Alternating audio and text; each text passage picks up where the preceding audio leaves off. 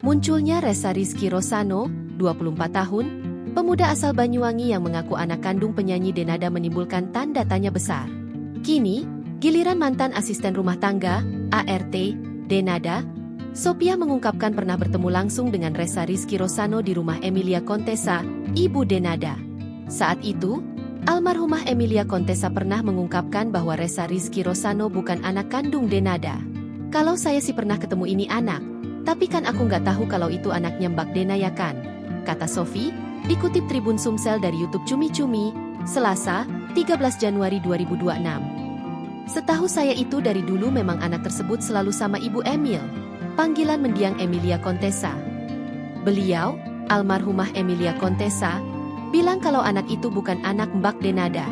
"Mungkin saudaranya atau anak siapa gitu," bebernya. Sophie menambahkan, pertemuannya dengan pemuda berusia 24 tahun itu terjadi di saat Lebaran. Lebih lanjut, Sophia mengatakan jika sekarang Ressa mengaku Denada ia menanggap salah. "Tapi kalau sekarang bilang anaknya Mbak Dena yaitu salah, saya emang pernah lihat, soalnya saya kalau Lebaran diajak ke sana, Banyuwangi.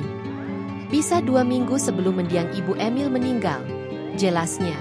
Diungkap Sophie, dirinya hanya mengetahui Denada memiliki satu anak, yaitu A. "Intinya saya tahunya punya anak satu namanya A gitu aja," sambungnya. Diketahui, Ressa Rizky menggugat Denada ke Pengadilan Negeri, PN, Banyuwangi dengan dugaan penelantaran anak. Gugatan tersebut telah terregister di PN Banyuwangi pada 26 November 2025. Adapun Denada resmi digugat dan dituntut ganti rugi sebesar 7 miliar rupiah. Download Tribun X sekarang, menghadirkan lokal menjadi Indonesia.